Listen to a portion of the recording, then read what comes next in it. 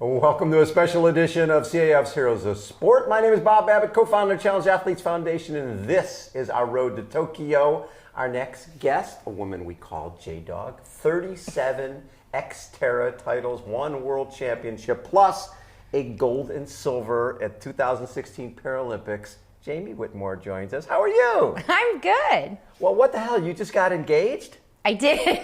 Literally like 4 days ago. So tell, okay, take me through it. What's the deal? Well, I had been in Belgium for 2 weeks for racing for a World Cup and almost got stuck there because of a false positive test. So that was fun. Oh. But they let me out.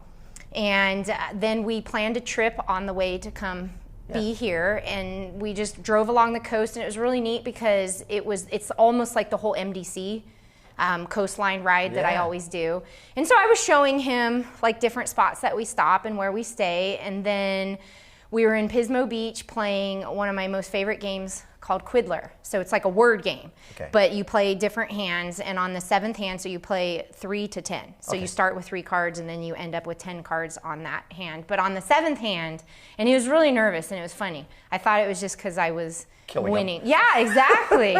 and he was like fidgety, and I was just like, wow, are you really that mad that you're losing? It's a big deal. But it turns out that it was because he had taken the letters from a separate deck that we had messed up a while ago and had the exact words, "Will you marry me?" stashed away. And so he was like excited and nervous, and then pulled it out. And when he had laid the first 7 cards down that said, "Will you?" he still had like cards in his hand. And so it wasn't registering, but I was like, is he cheating? And then I realized like so then he put it down. Was there a ring in there somewhere? Then he reached for the ring. See, that's what really threw me off. So then I was very excited. I said yes. I was like, I should have scrambled through the deck and spelled yes, but I was too like excited. That's pretty cool. It really was, because like literally that is our favorite game, especially during COVID or whatever. Like we just have over and over and over games of Quiddler. He's always trying to beat me. So it's funny because like you've had 2 athletic lives. Right? Yeah. You had this amazing career as an XTERRA athlete, and you were one of those kids growing up. It was, I am going to the Olympics, right? And first it was going to be swimming. You realized, I'm not quite good enough. Then you thought running. Ran in high school, right? Did you run in college as well? I did. I ran in college. Yeah. And then realized I'm not going to run to the Olympics. Right. And then you got into mountain biking and were very good in that. But at that point, I don't think mountain biking was in the Olympics yet, or was it? It was. They had I think it was Atlanta, right? Yes, 96. Atlanta, 96. Yes. So that was where they'd had it, and I thought, okay, this could maybe be my niche. But at the same time, I loved triathlon so much. I loved running. Running was always my passion.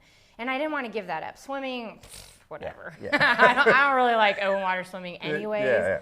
And so I had discovered XTERRA, and it was in a triathlon magazine, and we were comparing my times to these athletes and realized like that I could be fairly competitive. So I went to my first race in Tahoe, and that's where I got 2nd place overall. And that race is brutal. The Flume Trail. But it was perfect for me. Yeah, right. The harder the better. Yeah, exactly. The higher the altitude, the more the climbing.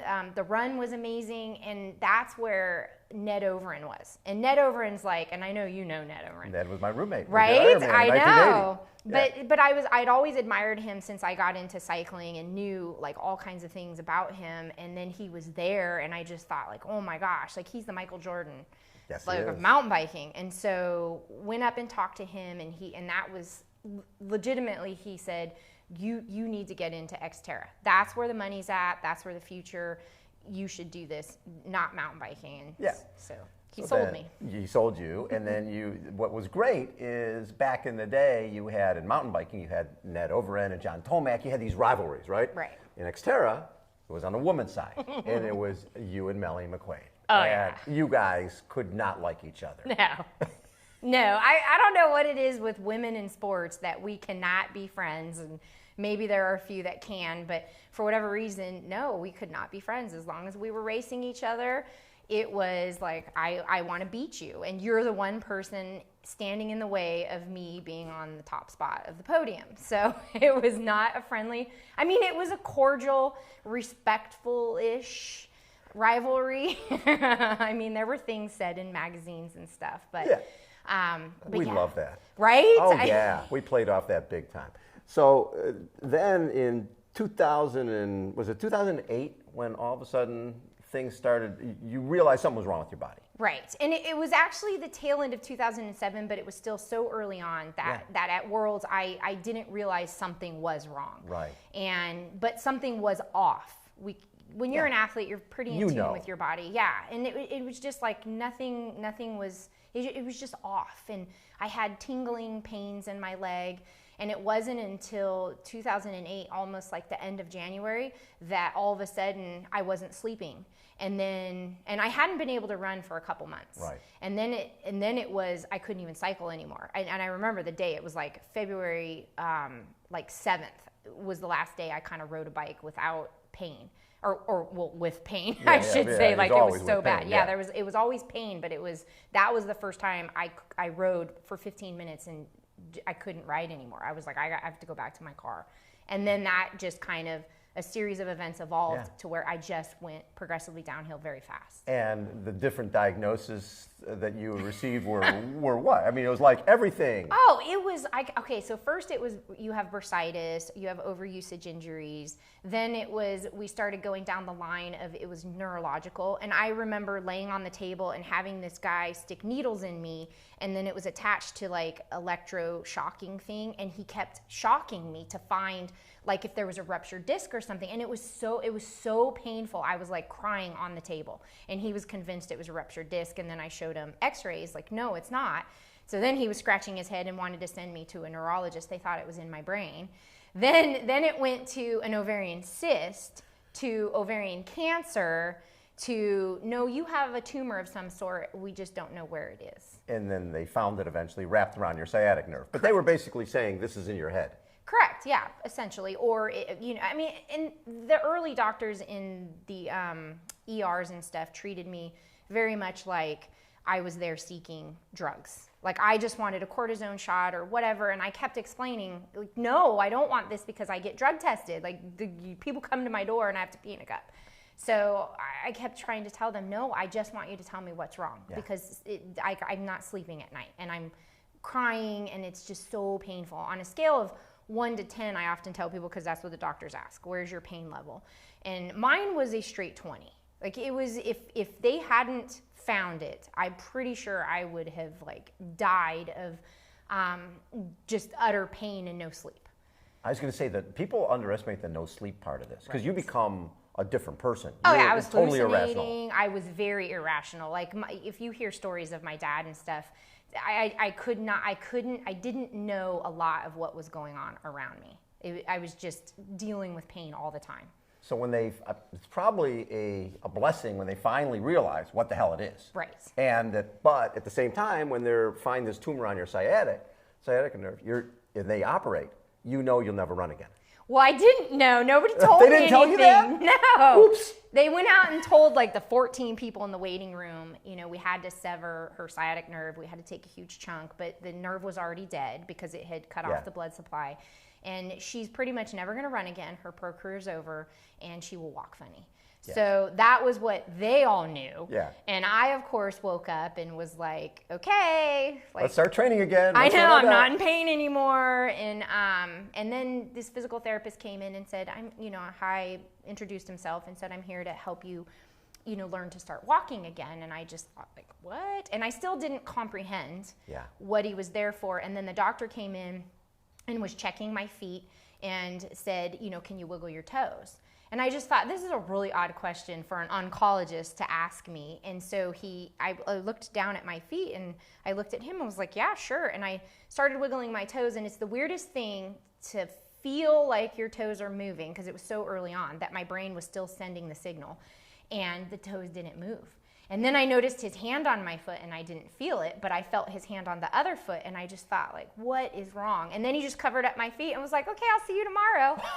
And I was like, Dad, what is wrong? And my dad's just like, I don't know, but no one wanted to tell me what had transpired. And I think in so many ways it was because everyone wanted me to figure things out on my own. Right.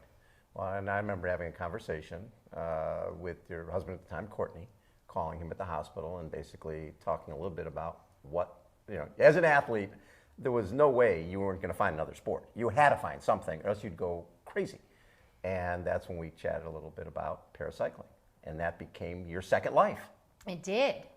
And I feel like I'm very blessed because in the XTERRA world, they'd always done Paul Mitchell cut-a-thons for challenged athletes. And every once in a while, we do Temecula. We'd race in Temecula, and challenged athletes would be there. And Willie Stewart was there. And Willie Stewart was and I was good friends with him, and he was an avid racer. We had Andy May and then Jonathan Bick. So it was a BK and an AK, and then Willie, one-armed Willie. One-armed Willie. And so when you had called and said that, because I think, it's not that I felt sorry for myself. I just was like, I'm gonna be the first challenged athlete to go back to being a pro athlete. Right. And it hadn't even registered yet that there was a whole avenue of me to actually go race people that would be similarly disabled as I am. Exactly. And so when you called, I was like, oh my gosh, yeah. And it was like, okay, I need to walk. And at first I was like, leave me alone. I just want to be in my bed and be mad for a little while.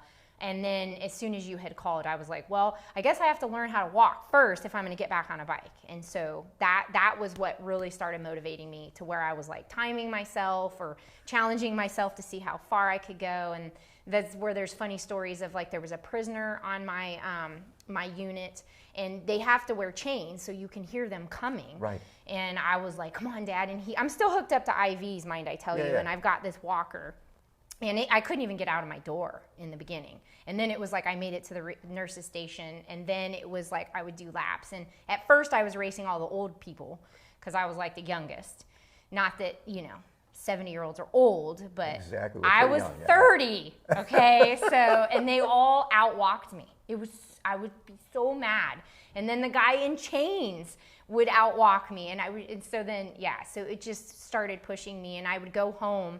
And my dad had a half-mile loop around his house, and so I would time myself. And I would walk half a mile, then it would turn into a mile. And it would be like 100+ degrees outside. Yeah. And I was like, I have to beat my time from before. So as a little girl who would always wanted to go to the Olympics, now all of a sudden, this dream reemerges. And you have a chance to make 2016 a Paralympic team.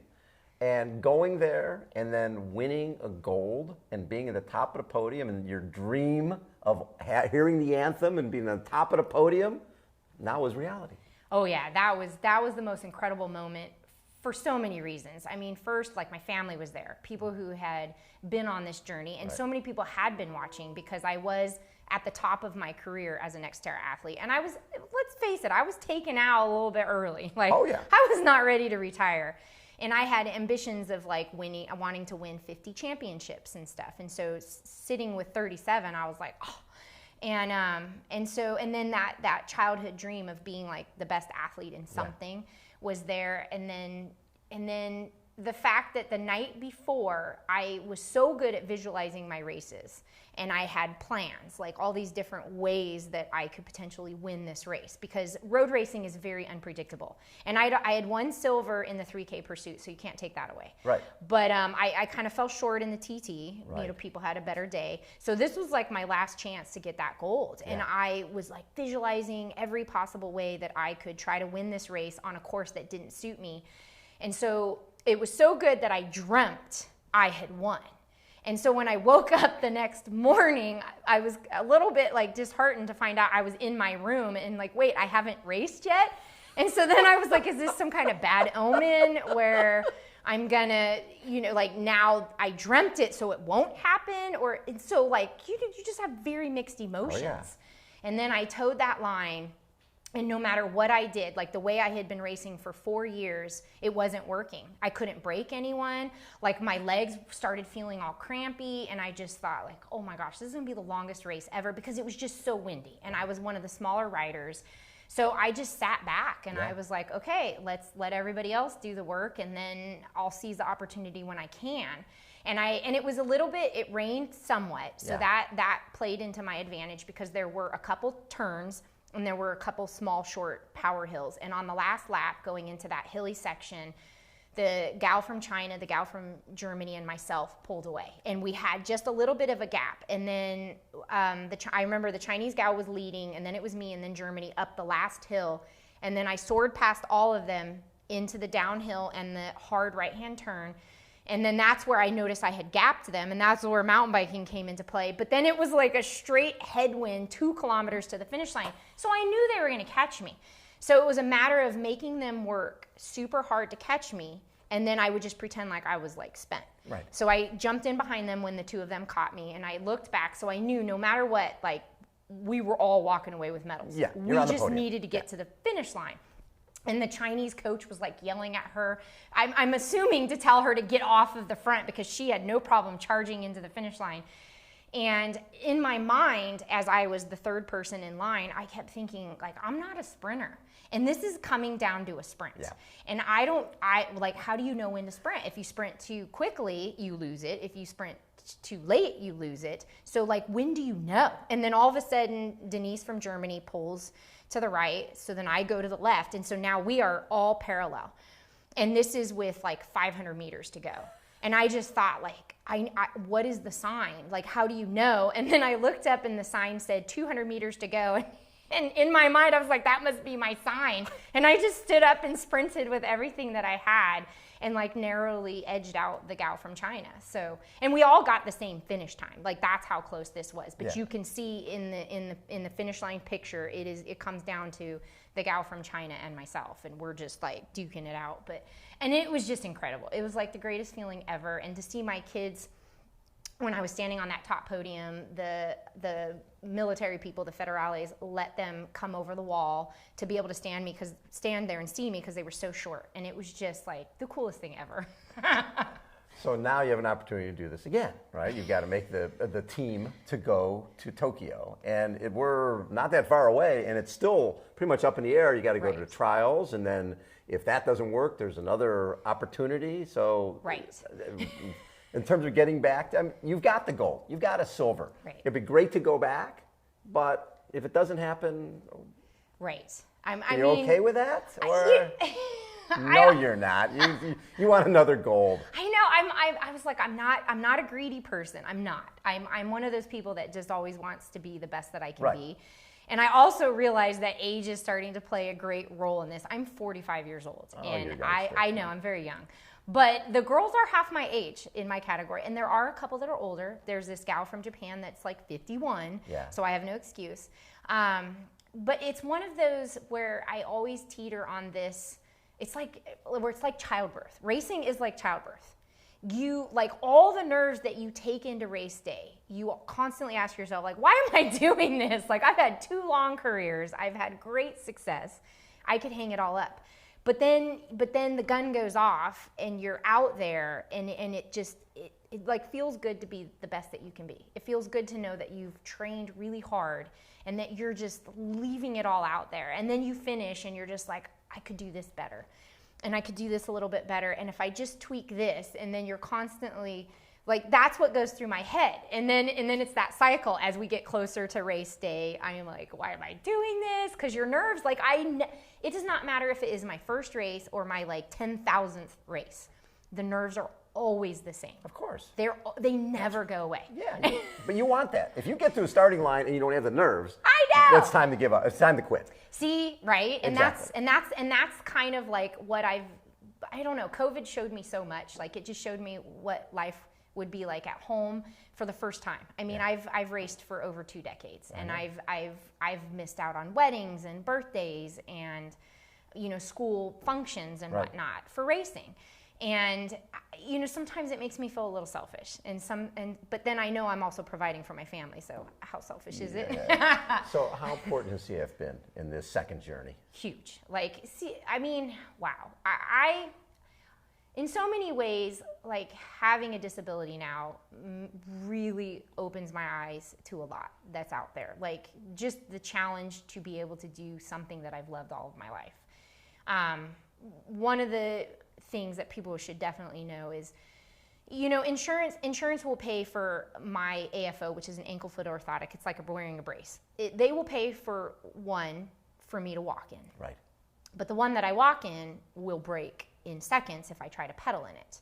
And I cannot pedal without a proper brace. Right. Like I would pedal with one leg essentially, and then the other one would just kind of hang there.